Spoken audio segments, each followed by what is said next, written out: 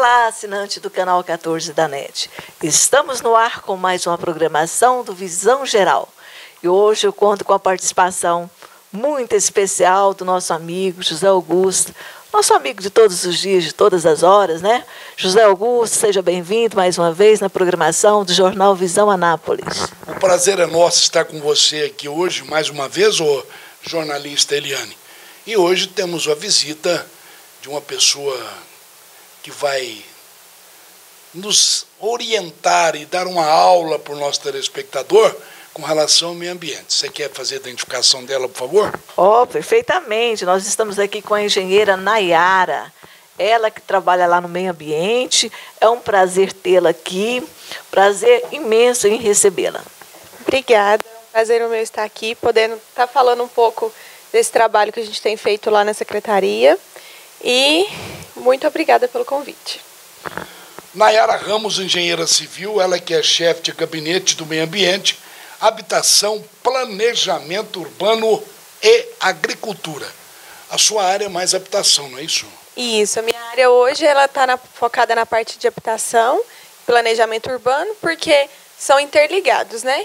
Então, assim, na parte de planejamento urbano, a gente cuida da parte de uso do solo, estudo de impacto de vizinhança, tem o núcleo e a CAPES, que é onde passa os processos que que não tem, que a lei é omissa, então passa por esses órgãos para poder ser votado, ser estudado de acordo com a lei. Então, e a habitação passa todos os processos. Hoje, acredito que vocês devem ter ouvido falar que a nova lei de regularização que o Jackson Charles fez, que é a lei que permite que hoje todas as edificações que antes não eram permitidas que fossem legalizadas, hoje estão sendo legalizadas, né? Porque a partir essa lei foi incorporada há muito tempo atrás. Porém, só de uns 2 anos para cá que foi começado a ser cobrado a exigência da carta de habites para alvará de funcionamento. Só que a partir do momento que você cobra, você precisa dar a opção da pessoa também apresentar essa documentação, e mais de 70% da cidade não era legalizada. Então, na parte de habitação, a gente também cuida dessa parte. Regularização, alvará de obra, fiscalização de obra. Muitas obras que estão sendo feitas irregular passam por lá, porque tem o setor de fiscalização para poder embargar, orientar. Bom, por desconhecimento de causa, eu vou fazer uma pergunta para você. Sim. Talvez, se estiver fora do contexto, você a rejeita, por favor. Nessa nova lei, ela contempla um certo percentual das novas edificações de não fazer toda a impermeabilização do terreno, deixando uma área para absorção da água da chuva, não? Então, desde 2016, a 349, que foi o plano diretor, ele preveu que tivesse a obrigatoriedade de 20% de permeabilidade, mais o posto de recarga. Anteriormente, na lei anterior, no plano diretor anterior, você poderia, que era 128, você poderia substituir a permeabilidade pelo posto de recarga. Só que muitas pessoas, pela falta de orientação, construíam errado. Então, ninguém deixava essa permeabilidade. Então, hoje a gente pode ver, por exemplo, lá na Avenida Universitária, o caos que a gente tem, porque não tem nenhum tipo de permeabilidade. A água toda é escoada e não tem para onde ir, porque não existe essa permeabilidade, né?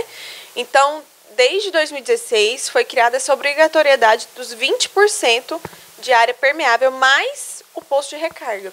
Quer dizer que essas novas torres que são edificadas aqui em Anápolis, tem que ter esses 20%?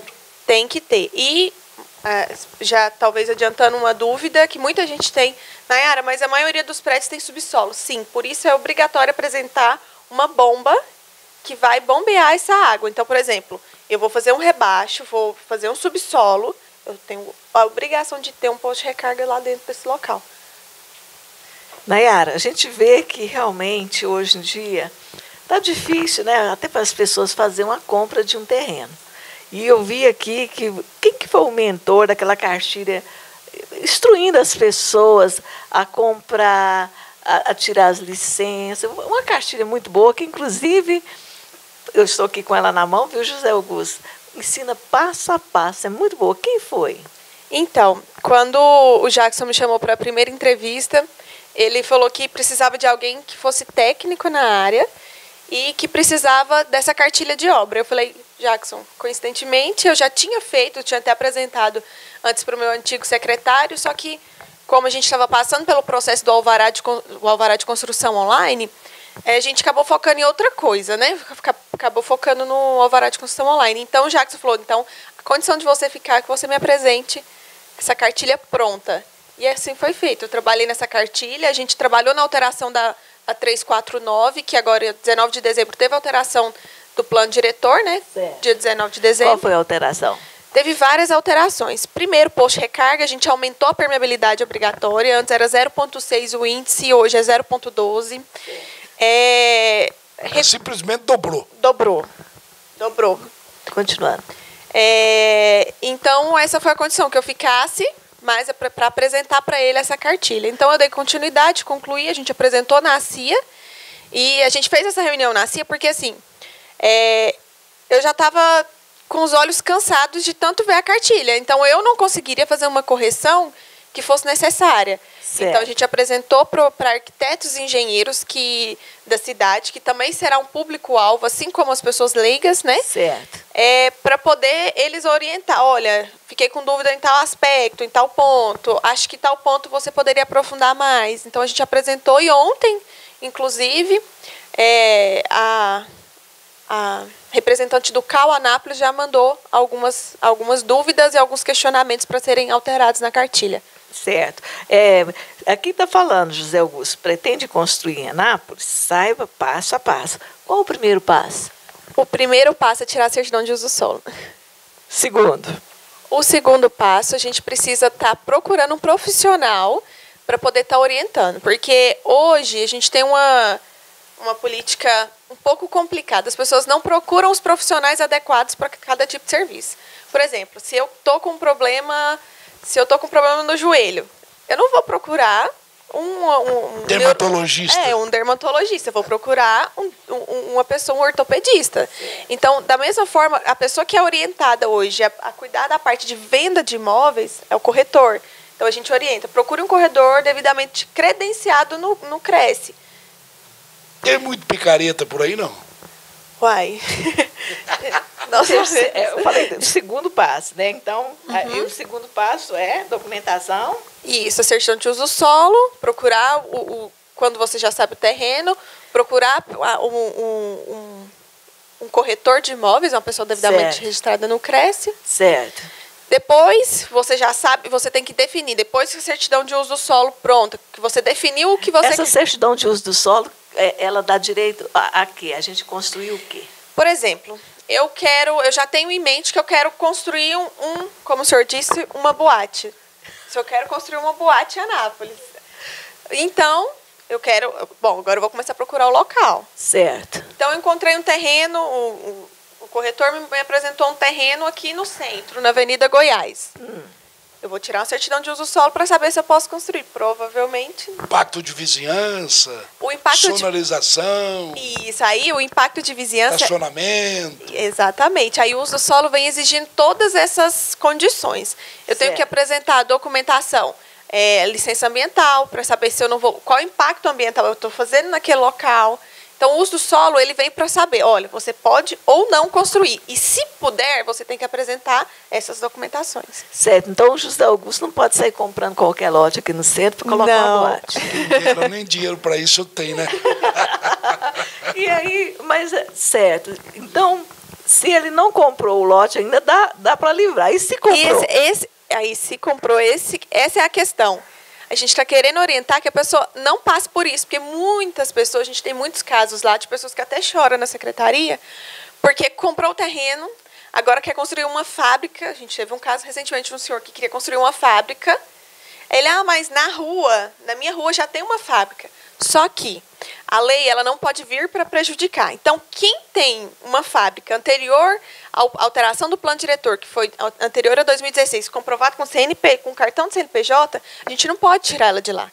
Ela tem o uso desconforme, que é o que fala a lei, a 349. Então, ela pode manter lá. Agora, um novo, não. Entendeu? Certo. Para isso, nós temos os distritos industriais. Exatamente. E deixa eu te falar, e se acontecer... O José Augusto já tem uma boate aqui no centro, já tem um tempo. Estão me chamando de empresário, hein, rapaz? Que bom, hein, Darlan? E aí, de uma hora para outra, ele resolve fechar a boate e eu vou lá e quero abrir um outro tipo de comércio. Uma outra no boate. lugar. Não pode. Já viram o posto de gasolina que tem aqui na Avenida Goiás? Sei. Ele fechou e ele só pode abrir se tiver o mesmo CNPJ. Ele não pode abrir com o outro. E quantas construções antigas aqui do centro que não tem demolir o espaço, esses negócios, como vai fazer? Então, em primeiro lugar, ela tem que ter o SERCOM. Inclusive, o Ministério Público intimou a gente a apresentar esse SERCOM, né? Que é... por exemplo, muitos prédios pegam fogo do nada e ninguém sabe o motivo e a prefeitura é culpada por isso. Então, o que acontece? A prefeitura já está resguardada que foi feito, a gente fez a vistoria e que o Corpo de Bombeiro autorizou o funcionamento desses prédios. Então, assim, se for um prédio muito antigo, o engenheiro vai ser responsável pela reforma e pela estrutura daquele prédio. E o uso do solo vai dizer, olha, aqui você pode, aqui você não pode. E como que isso é feito? Tem uma tabela na lei, na 349, que a gente chama de nível de incomodidade. Então, a gente tem via L1, L2, via local. Então, é essa via que vai te dizer o que pode ou não. Por exemplo, você não pode, numa via menor de 12 metros, ter mais de 4 pavimentos de prédio, na nova lei. Entendeu? Isso é da nova lei. A 349 de 2016. Certo. A gente cita nova porque teve o plano diretor antigo, que era da 128. Certo, continuando. Por desconhecimento de causa, citou o problema do posto. Então, esse posto nunca vai ser vendido, porque... Então, eu não sei como que está o processo, né? Mas não pode ser aberto novo CNPJ. Pode ser aberto qualquer outro empreendimento. Eu usei como exemplo porque é o que está mais próximo aqui, né? Mas se abrir um novo CNPJ, não pode.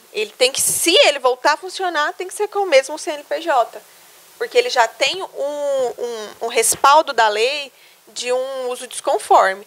Agora, o novo ele já não pode, entendeu? E quanto as legalização que teve uma prorrogação nessas legalizações? Teve, agora foi prorrogado até dia 31 de dezembro, né, de 2020. E isso foi muito importante, porque nem metade do que a gente esperava tinha sido legalizado ainda, porque não tinha dado tempo. A gente tem, assim, várias edificações ainda que estão passando por processos de regularização. Lá no setor de fiscalização, que é onde chega o primeiro passo depois que sai do rápido, certo. Inúmeros processos que não estavam nem concluídos, que só tinham aberto o processo para não perder o prazo. Então, assim, a gente precisava prorrogar para não prejudicar outras pessoas, né? E quais são os passos que uma pessoa precisa para se legalizar? Primeiro passo, ela tem que tirar a certidão de matrícula, a certidão de matrícula no cartório. Aqui no centro, por exemplo, vamos dar um exemplo aqui do centro, porque não foi uma área que teve um planejamento. Aí o que acontece? Não teve uso de recuo, igual você falou. Mas o centro é permitido, né? O centro a gente chama, na lei, ele é conhecido como o centro pioneiro.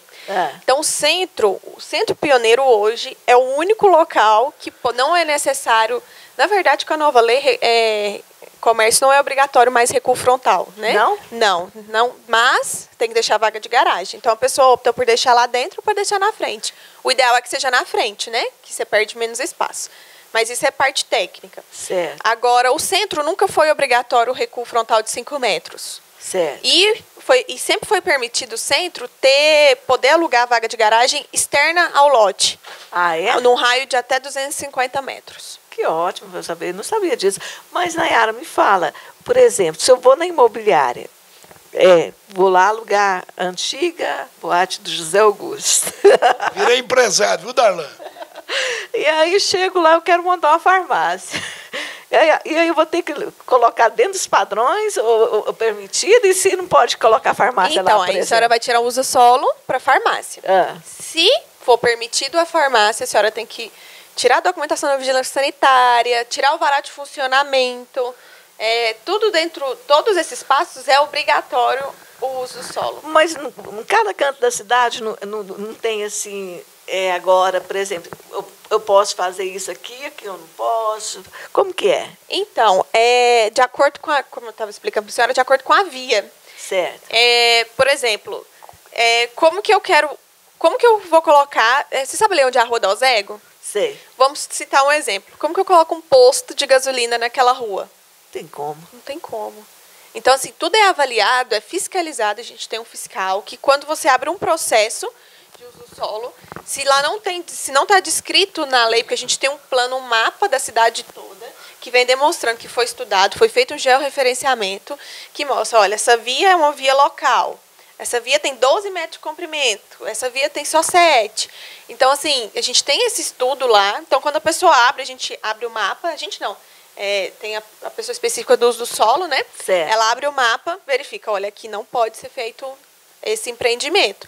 Aí ela notifica a pessoa, informando que o uso dela foi negado para aquele uso, mas ela pode construir residencial, outra coisa, entendeu? Entendi. No caso da minha suposta venda da suposta boate para jornalista Eliane, que quer montar uma farmácia, o CNPJ vai ser o mesmo? Não, né? Tem que ser, O que aí, o mas posto pode. tem que ser? Porque o posto, ele não pode ser mais construído um posto de gasolina naquele local. Hoje, não pode. Então, se ele quiser montar um posto, tem que ser o mesmo CNPJ. Se ele quiser, entendeu? Nayara, mas em qual local que pode, por exemplo, montar um posto aqui dentro de Posto de Anápolis? gasolina tem vários critérios. Eu lembro de alguns, porque É.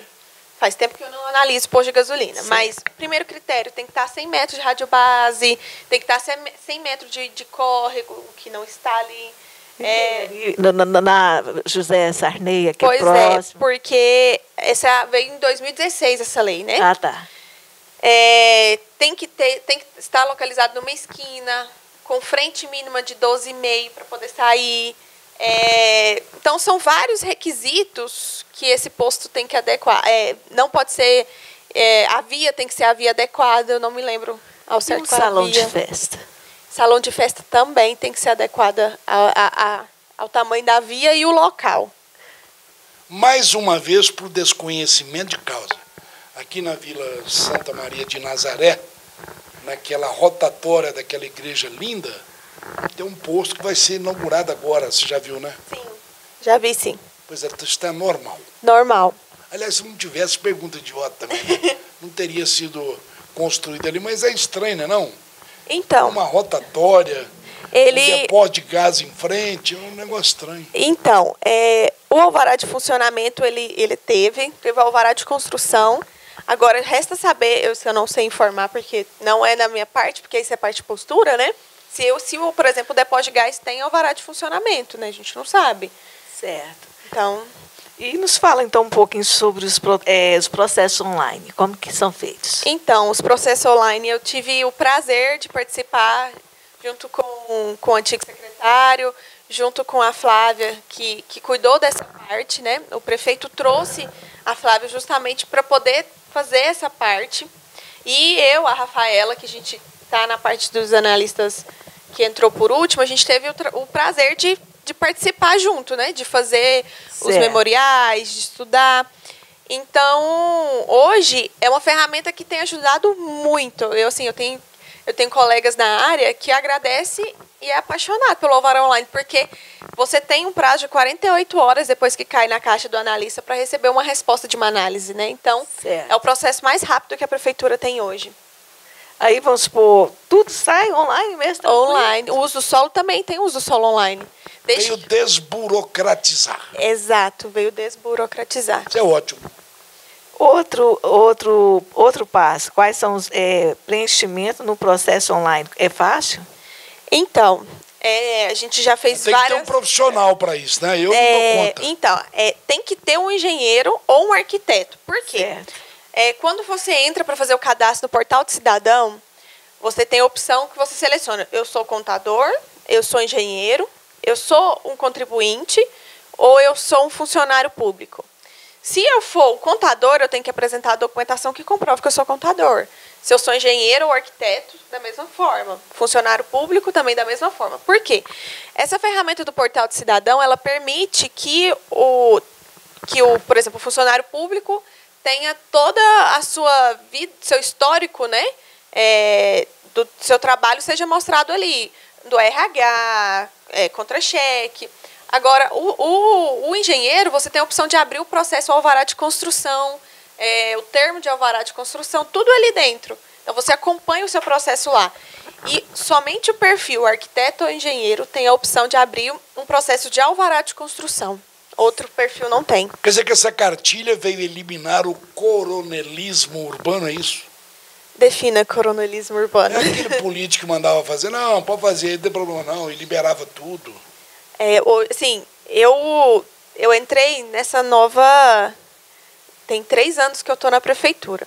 Até hoje eu nunca passei por isso, mas a gente escuta falar que já aconteceu isso. Eu não sei como que funciona, mas o ideal é que seja o mesmo peso, a mesma medida para todo mundo. Isso, regulamentado. Exatamente. Isso. Então, na cartilha, a mesma documentação que é pedida para o José é pedida para a Maria. Então, eu não consigo fazer essa distinção. Não existe essa opção de distinção. Para ser aprovado um projeto, o que é necessário, Nayara? Para alvará vamos supor, online. Uma construção online. Online, tá. Online, eu vou precisar apresentar um levantamento planimétrico da situação do terreno. Por quê? O engenheiro ele tem que comprovar com o levantamento e com foto do terreno que aquele terreno está vazio. Porque se ele não estiver vazio, ele tem que pedir um alvará de demolição ou uma regularização. Voltando só um pouquinho aqui. Alvará de demolição. Depois que eu tiver um terreno e mandar fazer uma demolição aquele lá. mausoléu ali da Câmara vai ter um alvará de demolição, não? Isso vai depender do Ministério Público, né? Pergunta em cima só, viu? Você viu aí? Aí, certo, eu vou demolir uma residência, certo? E aí, como que eu vou fazer? O IPTU vai ficar mais caro ou mais barato? Depende do tempo de construção.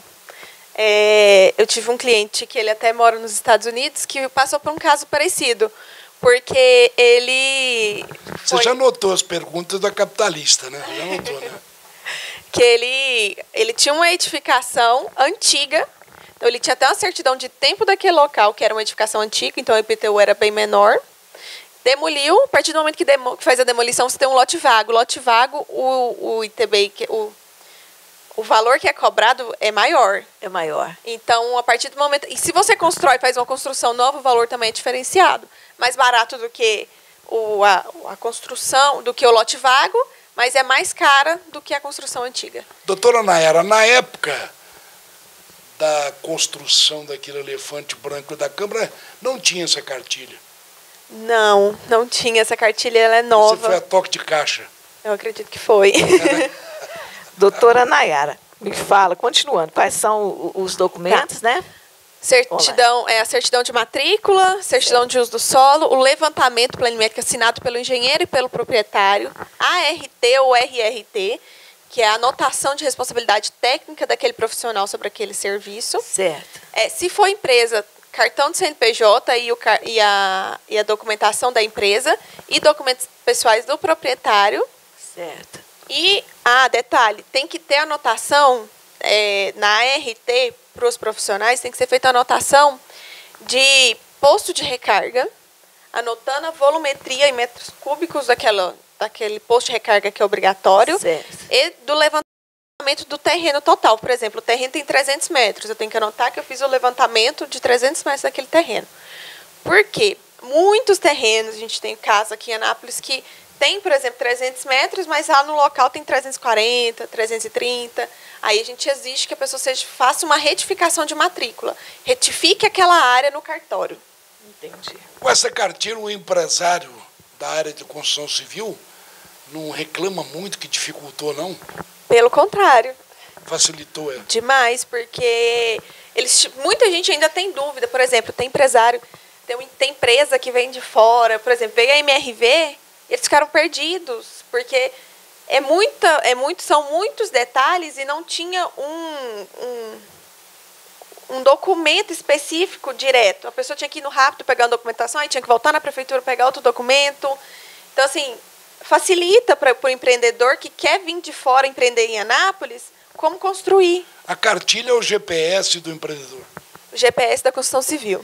E quanto às fachadas? Aí depois, autorizações das fachadas, como que é?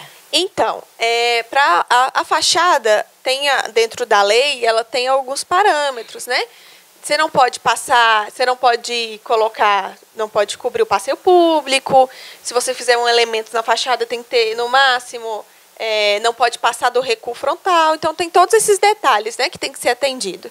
E a gente orienta também na cartilha que seja apresentado, a gente orienta o profissional qual o passo a passo. Por exemplo, no seu projeto tem que ter planta baixa, corte, fachada, a planta de situação, quadro de área, quadro de abertura, porque muita gente tem dúvida. Mas eu vou fazer um projeto de regularização. O que tem que ter? Só um croquis? Não, não é só um croquis. É um projeto apresentando toda a situação da edificação. Quer dizer que os prédios feitos da Baixada Fluminense caem de vez em quando, não tem nada disso, né? Acredito que não. Quanto também as licenças, onde dos bombeiros? Aí, no caso... Então, eu quis colocar isso porque muita gente tem dúvida.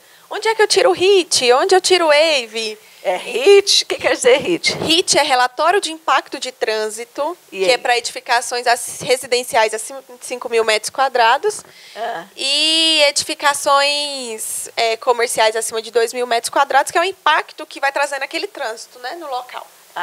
Então, o RIT é feito na CMTT, certo. EIVE no plano diretor. EIVE é Estudo de Impacto de Vizinhança. Certo.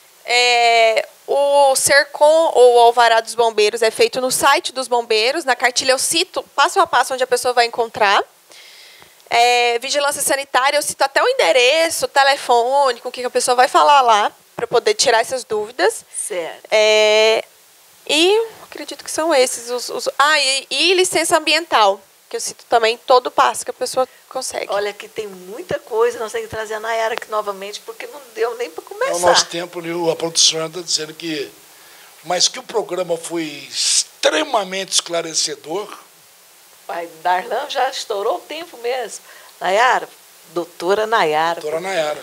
Olha, José Augusto. Competência a serviço do empreendedor. Mesmo. Parabéns ao Jackson, seu secretário. Charles. Parabéns à administração do Roberto, né, que tem contratado pessoas extremamente competentes. Verdade. A gente vê aí a competência da Nayara, né? Doutora Nayara. Aí vamos fazer assim, eu vou te fazer um convite para você retornar aqui com a gente novamente, para a gente dar continuidade aqui, que tem muita coisa para a gente passar para os nossos assinantes da NET, né? Então, eu vou deixar aqui para você fazer as suas considerações finais. Muito obrigada. Eu gostaria de agradecer em nome do Jackson Charles, que também viria, mas a gente teve um outro imprevisto, ele não conseguiu vir e pediu para eu estar representando. Agradeço o convite e estendo o convite para que todo mundo participe dessa cartilha de obra, que a gente está convidando tanto empreendedores quanto engenheiros, arquitetos, para poder, se tiver alguma dúvida que eles querem que seja esclarecida na cartilha, que nos procurem. Certo. E aonde encontra essas cartilhas? Essa cartilha está sendo disponibilizada na CIA, Sinduscom, CAL, CREA. Online também não? Online a gente ainda não disponibilizou. Porque ela está em teste ainda, em revisão. Então, quando ela estiver pronta, a gente vai disponibilizar tudo. Inclusive, modelo de post-recarga, modelo de requerimento, tudo em DWG, para a pessoa poder ter essa facilidade. Jornalista Eliano, o Jacques Charles é um cidadão inteligente, secretário inteligente, né? Muito. Você viu quem que ele mandou aqui para representá-lo? Muito, muito inteligente, viu? A nossa amiga, a nossa querida Nayara, viu? Doutora Nayara. Olha, realmente te agradeço, foi um prazer em tê-la aqui. Agradeço a você, assinante da NET, pela audiência qualificadíssima. A você, José Augusto. Até amanhã.